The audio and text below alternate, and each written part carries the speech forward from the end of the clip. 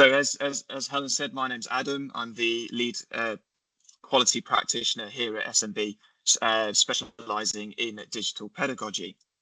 And I'm going to talk to you obviously about AI literacy for the future. This is kind of like a session which will kind of showcase what it is that we've been doing here, some of the things that we've implemented as well, and hopefully give you some ideas to take forward as well as hopefully share some ideas that you might have been doing later on.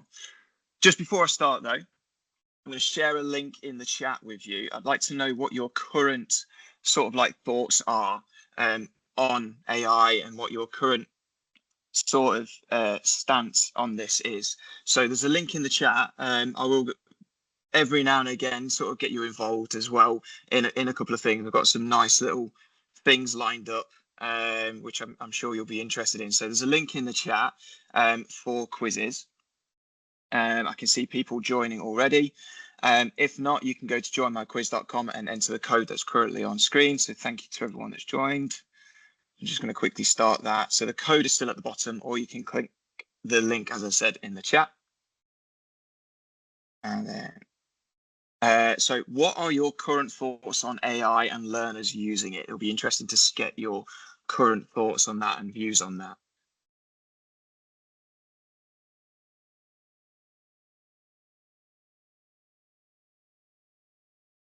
This is where I've got to try and fill the awkward silence now as I'm waiting for everyone to join and write something. Thank you to those that are rapidly typing. This is great. So we've got Jackie. There's so many things out there. Yeah, completely agree. It's hard to know which ones to focus on.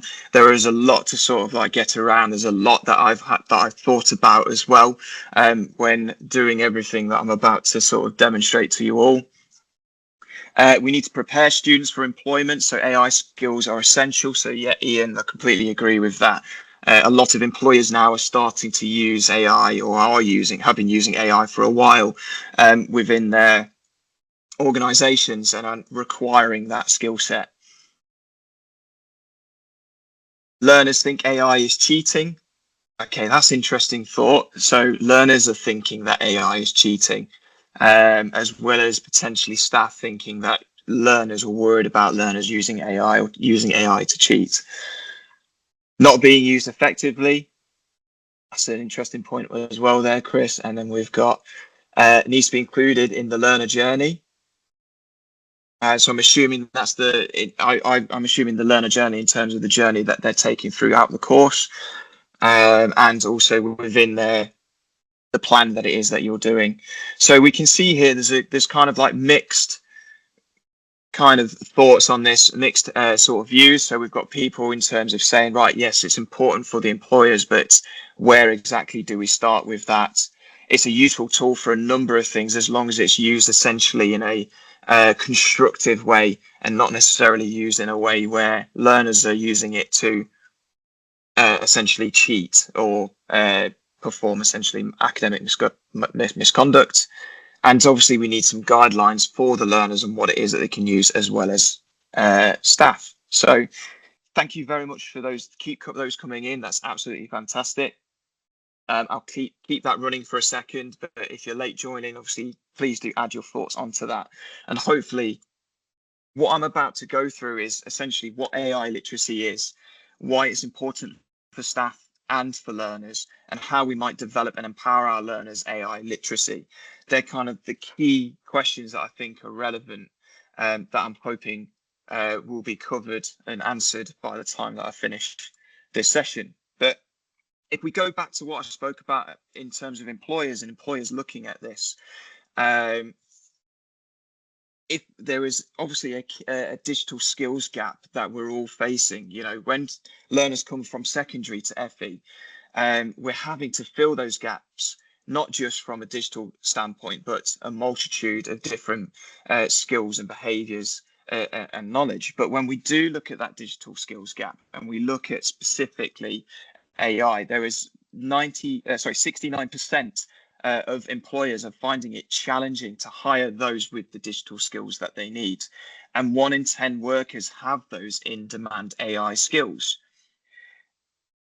So there is a clear emphasis here on employers needing or requiring those skills for that. And recently there was a study that came out, in particularly from IBM, where 40% of their workforce need reskilling and uptraining on the use of AI, and that is 1.4 billion employees within their company worldwide.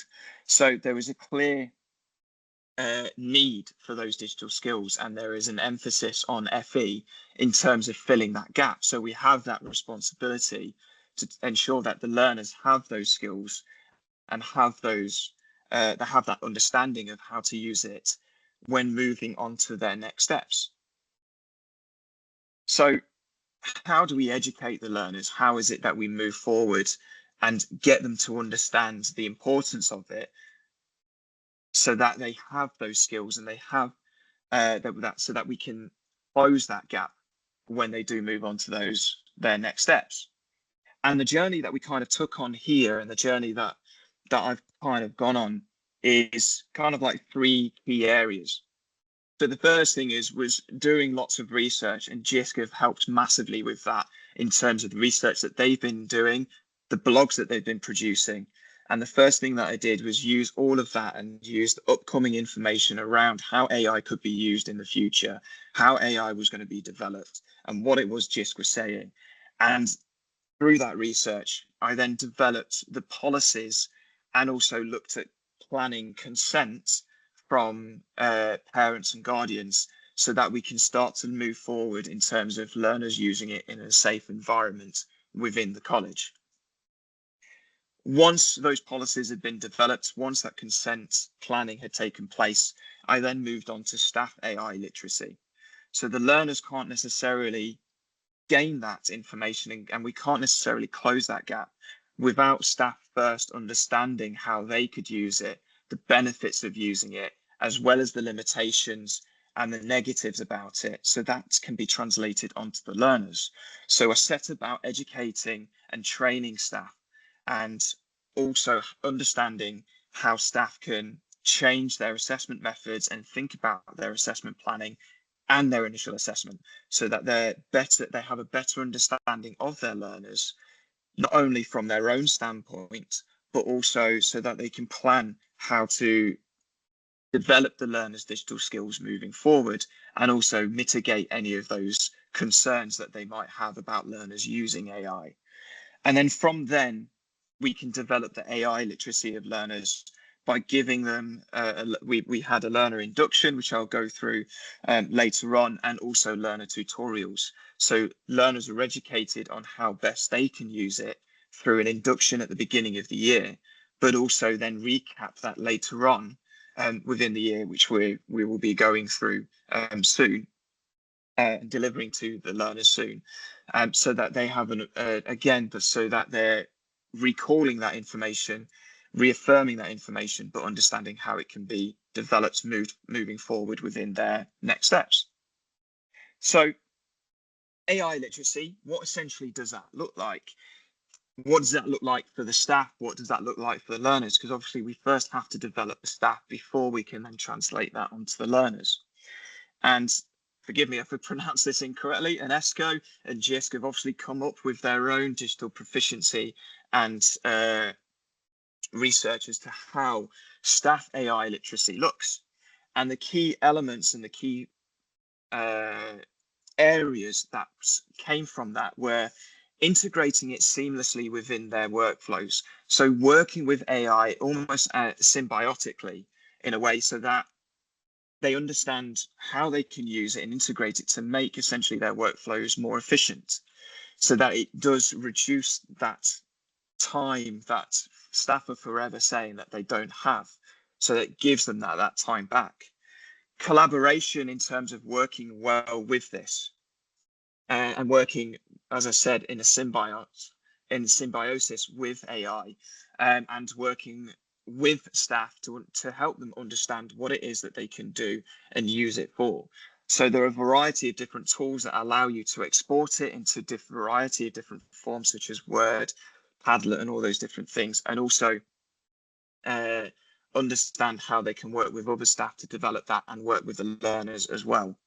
Continuous learning, so understanding how it's developing. It's rapidly developing at the moment. So chat GPT, GPT or OpenAI at the moment, working on their 4.0, and that has essentially been released, and soon they'll have their 5.0, I think it's called, off the top of my head, correct me if I'm wrong.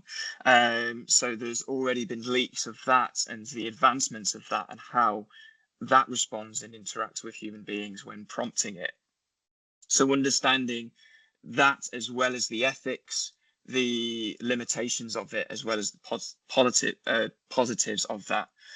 And the other element of that is the ethical decision making. So when they are using it to help them create resources, are they checking the inclusivity of it?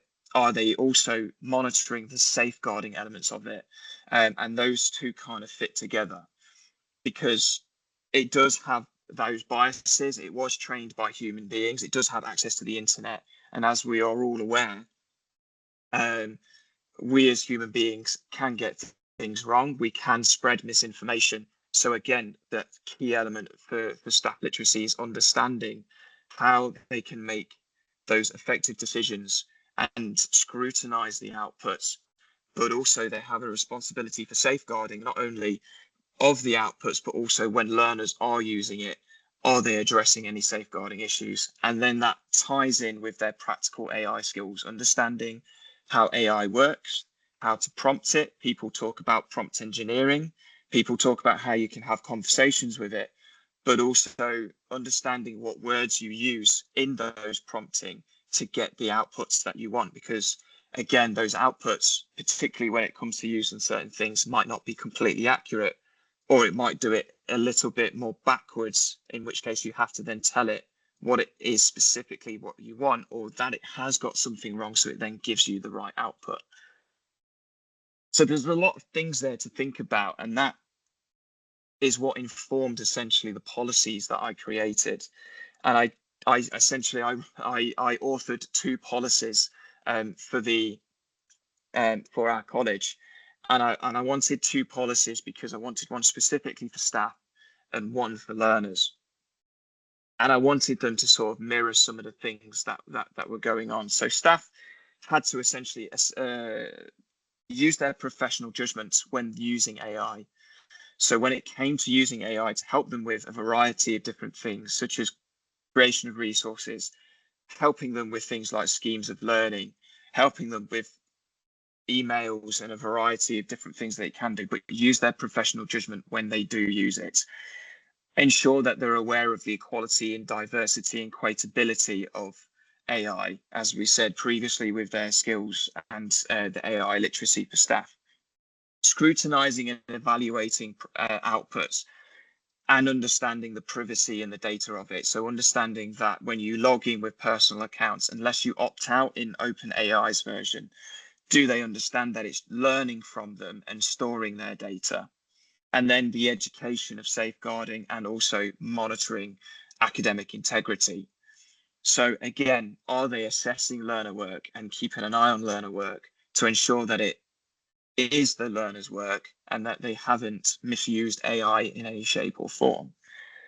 And then the learners kind of mirrored that. So again, the learners need to understand how to use it fairly, how to constructively use it, what the ethical considerations are. So understanding that they can use it, but use it in a way where they're not claiming it as their own work. That we do want them to, and we want them also to develop their own understanding and skills when using AI and understand the academic integrity. So this was also made with our academic policies in tandem with that. So our academic policies were updated. And what we did is we came up with the best way essentially for learners to understand how they can reference AI, but also understand when they can use it and how to use it, and giving them examples of that, with that tied in with the policy. And again, everything is married up with the privacy and the data. So what staff understand, they can then translate that onto the learners, and then do the learners understand the licensing agreements as well. So do they understand that a lot of these generative AI elements require parental permission, or they only allow over 18s to use? So in order to make sure that staff could use that, we put it together a number of sort of strategies in place. So we had practical workshops that staff attended. So we had mandatory workshops that staff attended, as well as ones that staff could openly attend to. But we delivered mandatory sessions and practical workshops for staff to attend, where they could receive training on AI, how to use it, how to prompt it, and understand the benefits of it and those limitations. We then used our team of advanced practitioners. They also received specific training before that and are continuously receiving training from myself to share good practice with staff, and also work with staff and train them again on how they can use AI in a variety of different methods, but also translate that onto the learners. And then we have they bring that back in terms of sharing good practice, so that we can then share it with staff in terms of how staff are using AI, but also using it in lessons with learners in a safe way that doesn't enter that grey area of where learners might be using it or don't necessarily have that parental permission. And I'll touch upon that a little bit more later. I've also generated dedicated websites. So I have a website specifically for staff that goes through how they can use AI, what it is, so anything like that. So I'll demonstration here. So I've got this website here that I created myself that goes through what AI is, what teachers can use it for, what essentially the limitations are, and also guidance on how they can prompt it. So I took Dan Fitzpatrick's prep model, edited it, and put my own spin on it in terms of prepped, and added evaluate and edit on the end to try and get staff to remember how they could do that, with examples of how that takes place, with examples of the AI prompts as well, and the AI license tools that we use. So there's a lot there essentially that staff can use, and also the feedback from staff at the moment from that is essentially that they are finding it immensely useful and that they are getting their time back. And we've already had a variety of different good practice that they've shared, and one of which I'll show in a moment. But just to sort of get your understanding of that, I've got 3 images on the screen at the moment. I've got image 1, 2, and 3 from left to right. So 1 on the left, 2 in the middle, 3 on the right. Which ones do you think are real and which ones do you think are fake? So just put in the chat, put your answer. Which one do you think is real? Which one do you think is fake? So we've got the one with Donald Trump, which is number 1 on the left. We've got Kim Kardashian in the middle. And then we've got Mark Zuckerberg on the right. Can you guess which ones are real and which ones are fake? Just drop that in the chat as number 1, 2, or 3.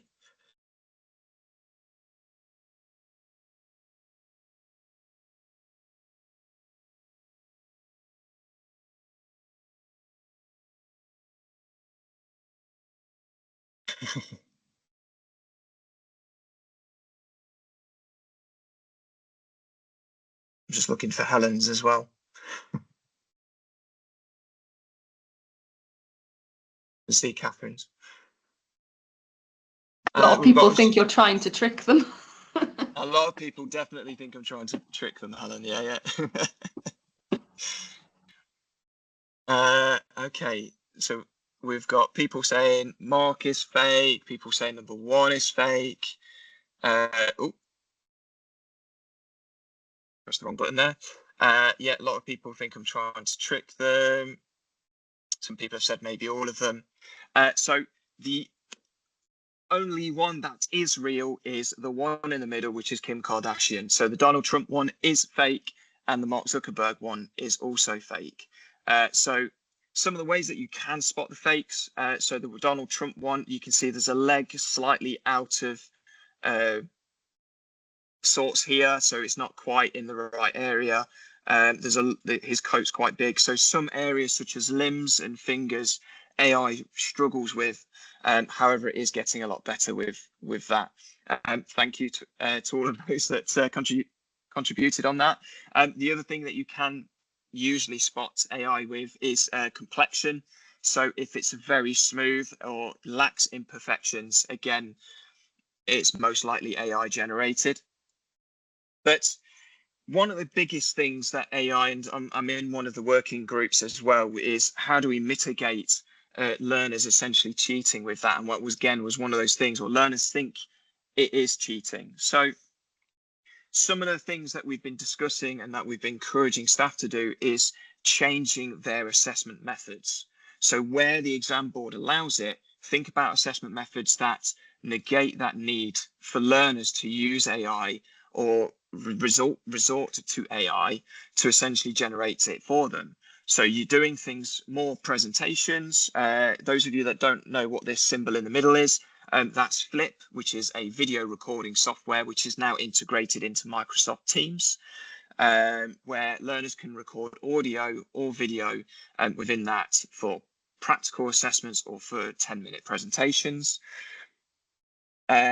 You've also got initial assessment. So one of the things that we made as mandatory here at the college is we said that all learners needed to do a free writing task in their induction week, so that staff had essentially something that they could compare to. So they gave the learners a subject-specific topics that they could choose from. They then had the option to choose which one that was, and then write a free piece of writing, about a page, 500 words, depending on the level of the learner. So if it was lower levels, they didn't have to write as much. Those with special educational needs had the option to dictate it or do it electronically in a variety of different forms so that we were meeting inclusivity needs. But we had a free piece of writing that learners had that staff could go back to. They didn't necessarily, it was up to the departments if they wanted to mark it or go over it, but it was stored in a safe place. Other things we're using Canva. So Canva for FP education, you can get a free license for that and have all access for that. So again, using presentations or posters and leaflets to again change the way in which they can use that. But the biggest thing that we've provided is drafts. So if they are doing assessments, utilizing draft assessments, so doing in as many drafts as possible before the content has finished delivery, using formative assessment as much as possible to essentially, where are your learners at? Because ultimately, at the end of the day, the best way to mitigate AI being used for assessment is staff understanding and knowing their learners, knowing where their learners are at, getting them to do dry run of assessments and see where they're at with that. And then all of a sudden, if you've got a learner that isn't attending or is behind on their work and all of a sudden produces work at the last minute, some of them are capable of that, but you then can compare that to previous work, and a lot of the time you can spot the Americanisms and the dodgy references and some of the language that it is that they're using within that is beyond the syntax that it is that the learners normally use. And once staff started to understand that and started to understand that they can do drafts with assessments, and also monitor that through digital means as well, staff became a lot more confident in terms of learners using that and also educating learners on how they can constructively use it as well. But ultimately, what does AI literacy look like for a learner? There's obviously, we spoke about earlier, there's a lot that it is that learners need to understand. There's a lot that it is that they need to develop in terms of skills for next steps. So again, taking what Jisc have essentially produced in terms of what I'll share a link momentarily in terms of what Jisc have said in terms of AI literacy. But I've kind of taken what they've done and come up with my own kind of like areas, again, based off of that and based off of an ESCO have been saying. And that is using AI constructively, understanding how to use it constructively and that they can use it to support them in their academic progress. They can use it for a variety of different things.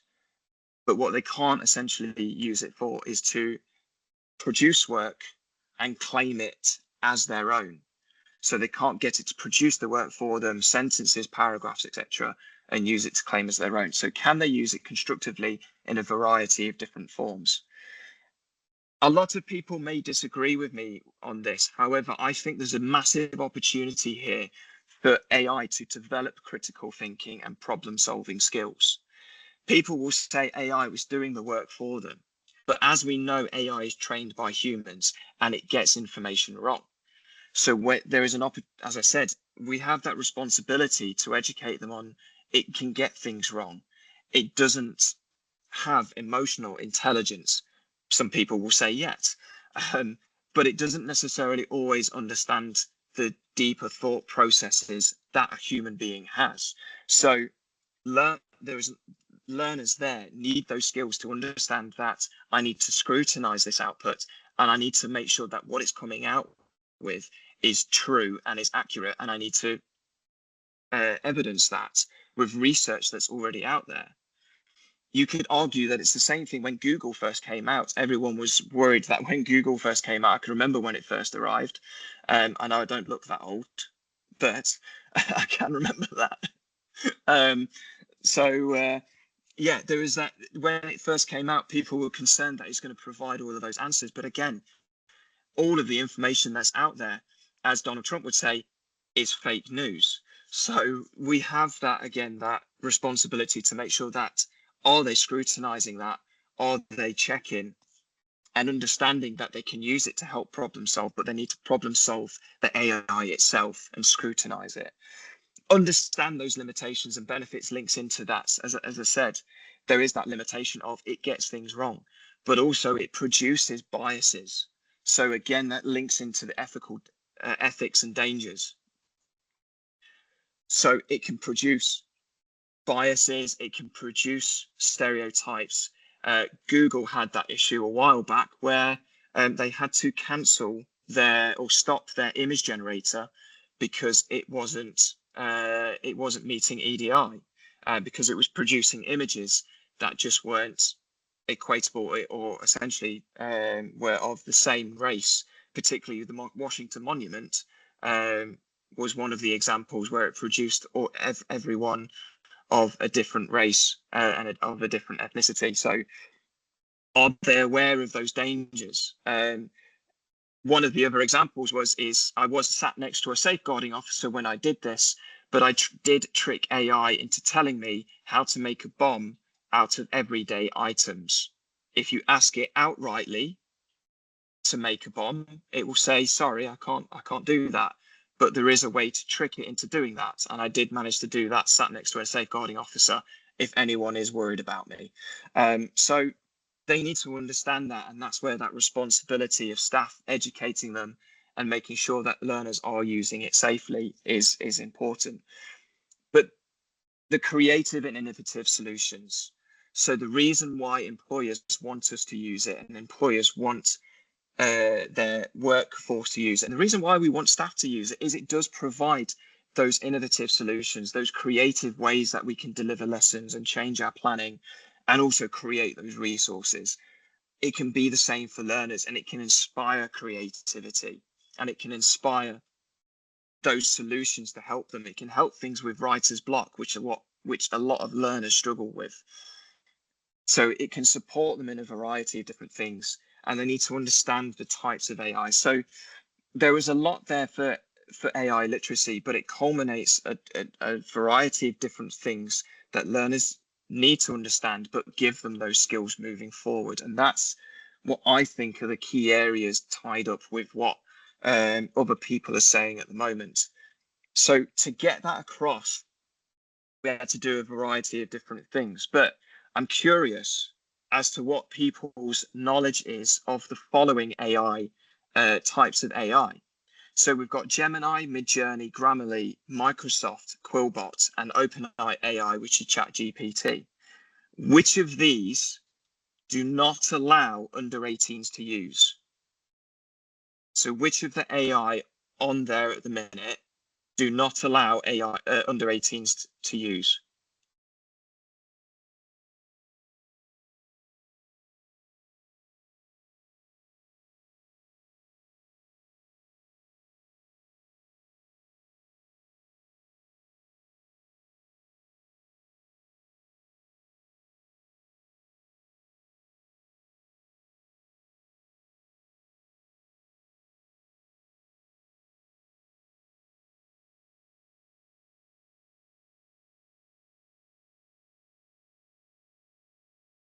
So we've got a few people, some saying Microsoft, some saying everyone, some people are unsure without checking.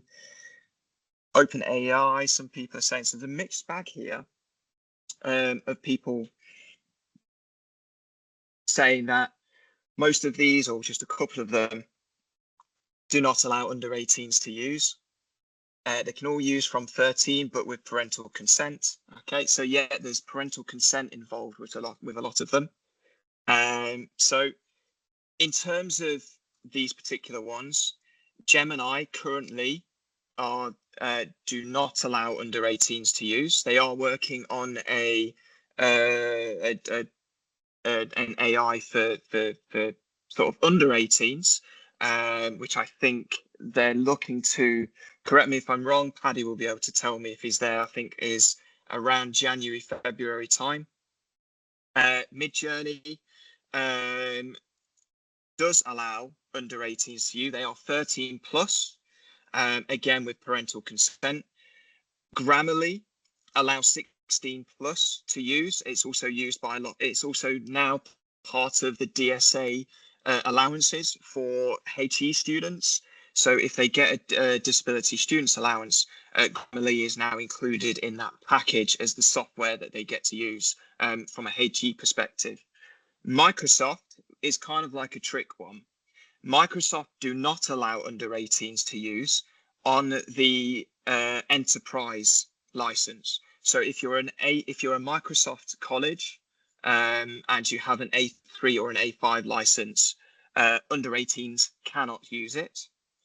If you are a Microsoft consumer, i.e. you use a personal account, 13 plus with parent or guardian permission.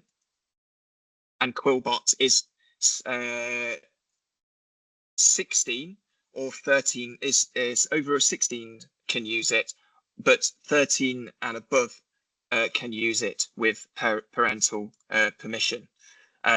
So there's a variety of different things here, but yeah, the interesting one there was Microsoft. If you are a Microsoft college, they do say in their agreement that under 18s cannot use it on the enterprise version at the moment. But so if under 18s can't use it, how in an FE college do we educate learners on that? How as an FE college do we get them to use it? Because we know that educate them within college or in FE, surely it's safer for them to learn about it in the classroom than in their own home. And I do know that that is something that the Department for Education is working on at the moment. I can't remember the name of it, but there is they are working with employers, and I believe that they are working with people like Microsoft at the minute to do some research to work on effectively getting under 18s to use it in a safe way. So in terms of doing that, so this is one of the examples in terms of how staff have been using this. So this was put forward as an idea to staff, and this was done specifically within an English lesson. So within that English lesson, a member of staff presented an image. So they presented the image that is on the right that you see currently, and then they asked the learners as part of a creative writing task to describe that image, to creatively describe the image that it is that they saw on screen. And in terms of doing that, they then started doing that to essentially help with engagement within the English lesson. So you've got an image that's doing that, and also develop their critical thinking and prompt engineering. Because what they then did is once they wrote it, they sent it to the tutor and then put it into an AI image generator on screen in front of the class to see then which learners could get a better response from the AI or an image that was closest to the image that was displayed. So it got the learners thinking, it got them engaging, and it was also developing their prompt engineering. It was getting them to think about how they can describe the image and what it is that they needed to put in to come out with the best image for AI. And it also made the learning stick, or what we call sticky learning. It gave the learners a memorable activity that they could then revisit as part of resitting their GCSE English or doing their functional skills. And as a result, you can see here the levels of prompts that you got. So you can see you've got 1, 2, and 3 in terms of these are actual prompts that learners generated, that they created in class and wrote. And then from top left, so top left here is prompt 1, top right is prompt 2, and the bottom image is prompt 3. And then as you can see, as the level of prompt grew in detail, you got a much closer image to the original. So as learners were doing this, they were then going back and changing and redefining their prompts to try and get the AI to come up with a better image closest to it. And it also created a bit of competition in there as well. So these are the ways that we're trying to encourage staff to develop prompt engineering or prompting for AI for learners, developing those skills in a safe way until we get more guidance around learners under 18s using it within the college, from Jisc and from Microsoft and from the DoD. But also we're still developing those skills, and we're using a variety of different ways for staff to use it within the lessons to develop that. Now, we did a learner induction, and before that learner induction, I did some research to obviously find out what learners' current views on that. And their current views were 67% of our learners were actually not confident in using AI for future employment, which was a worrying statistic, because you've got essentially 2/3 of our learners there that don't know how to use it for jobs. And if you've got, again, a lot of employees in terms of the gap looking for those digital skills, then again, we have that responsibility to develop that. Around half or over half of our learners were not confident around the ethical issues. About 20% would use it for answering questions. And again, over half were not actually confident in using AI. So the learner's understanding of AI, they may use it in terms of Snapchat or may not necessarily know that they're using it as Snapchat, but their confidence around it, and I surveyed over 1,000 learners here before we did our induction, which gave us an indication of that. But one last image check for you. So again, image 1, 2, and 3, just before I go through my induction and then give you an opportunity to ask any questions. But any ideas in terms of what's real or fake?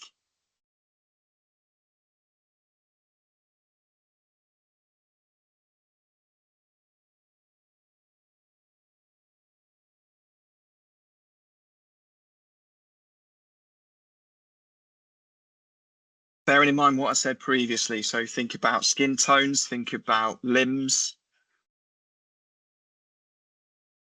So some are saying 1 and 3 are fake, or 1 and 2 are real, 3 is fake, 3 is real, 1 and 2 are fake, 1 is fake, all are real. Okay. And everyone's saying 1 is fake and 2 is real. Okay, so yeah, number 1 is definitely fake. The one with Elon Musk. There's a 2 extra fingers there. The Snoop Dogg one is fake. So again, his complexion is very smooth. There's not really any imperfections. And Rita Ora, that is on the number 3, that's real. That one is actually real. So she had these things put on. I think that was from an award ceremony, or some things like the Brit Awards, I think, that she went to. So the first 2 are fake. Rita Ora is real. So going back now to my learner induction. So there was a mandatory learner induction that we gave to all departments had to deliver to all learners in their first week here at the college. And it was delivered in an engaging way. It was activities with a variety of different videos so that it was easy for staff to deliver with instructions. It also provided resources for them as well.